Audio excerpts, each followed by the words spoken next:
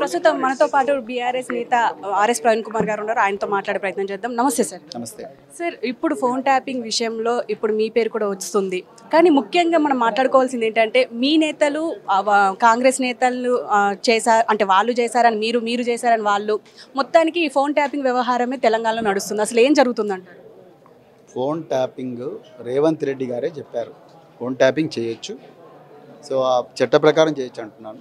వాళ్ళ క్యాబినెట్ మంత్రులేమో మా ఫోన్లు కూడా ట్యాప్ అయినా ఏడుస్తున్నారు. వాళ్ళు మాట్లాడే పరిస్థితి లేదు. అందుకొరకే నేను ఇవాళ రేవంత్ రెడ్డి గారిని డిమాండ్ చేస్తున్నా, అయ్యా మీరు ఎంతమంది ఫోన్లు ట్యాప్ చేశారు, మీ దాంట్లో మీ క్యాబినెట్ మినిస్టర్లు ఉన్నారా లేకపోతే చైర్మన్లు ఉన్నారా, వీళ్ళందరి గురించి ఇవ్వమని చెప్తున్నాను నేను. అంతే తప్ప మా పార్టీకి ఫోన్ ట్యాపింగ్కి అసలు సంబంధమే లేదు. మేము అధికారంలో లేము, వాళ్ళ అధికారంలో ఉన్నారు, అదే వాళ్ళే చెప్పాలి. అంటే మీ నేతలపై అంటే ముఖ్యంగా కేటీఆర్ గారి మీదనే ఇప్పుడు ఆ ఆరోపణ వస్తుంది. అసలు ఎందుకు అని అంటారు?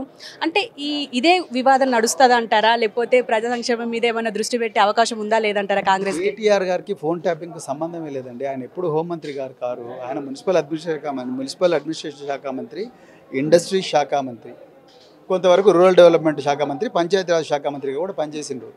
ఆయనకు ఫోన్ ట్యాపింగ్కి ఏం సంబంధం అండి? అసలు ఫోన్ ట్యాపింగ్కు ముఖ్యమంత్రికి, ఫోన్ ట్యాపింగ్కు నాటి ముఖ్యమంత్రికి, ఫోన్ ట్యాపింగ్కు కేటీఆర్ గారికి, హరీష్ రావు గారికి ఏం సంబంధం లేదు. అదే నేను చెప్తున్నాను, వాళ్ళకి సంబంధం లేదు. కానీ ఇవాళ ముఖ్యమంత్రి స్వయాన తన సొంత క్యాబినెట్ కొలీగ్స్ ఫోన్లే ట్యాప్ చేస్తున్నాడన్న విషయం అనేది తెలంగాణ సమాజాన్ని అతలాకుతలం చేస్తున్నారు. డెఫినెట్గా. అంటే ముఖ్యంగా మీ ఫోన్ కూడా ఎన్క్రిప్టెడ్ ఆల్రెడీ, ఎందుకంటే యాపిల్ కాబట్టి. కానీ ఎందుకు మీ ఫోన్ కూడా ట్యాప్ అయ్యింది అని చెప్పేసి మీరు కేసు ఫైల్ చేశారు?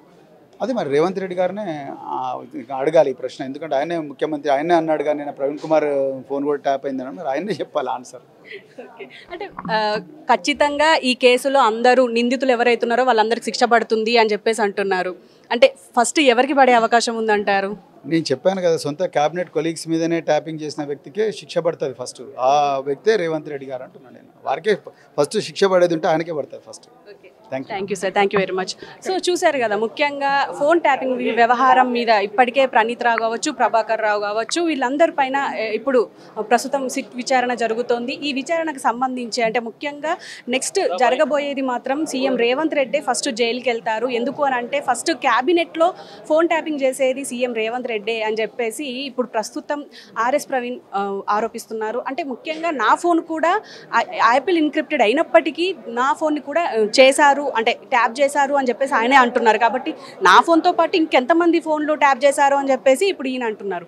కానీ ముఖ్యంగా మనం చూస్తూనే ఉన్నాము, కేటీఆర్ అండ్ బీఆర్ఎస్ ప్రభుత్వంలో ఉన్నప్పుడు ఫోన్ ట్యాప్స్ అయినాయి, అటు హీరోయిన్లు అయినాయి, అటు అంటే సినిమా ఇండస్ట్రీకి సంబంధించిన వాళ్ళు అయినాయి, రాజకీయ నాయకులు అయినాయి, అందులో ముఖ్యంగా సీఎం రేవంత్ రెడ్డిది కూడా అయ్యింది అని చెప్పేసి అప్పుడు ఆరోపణ.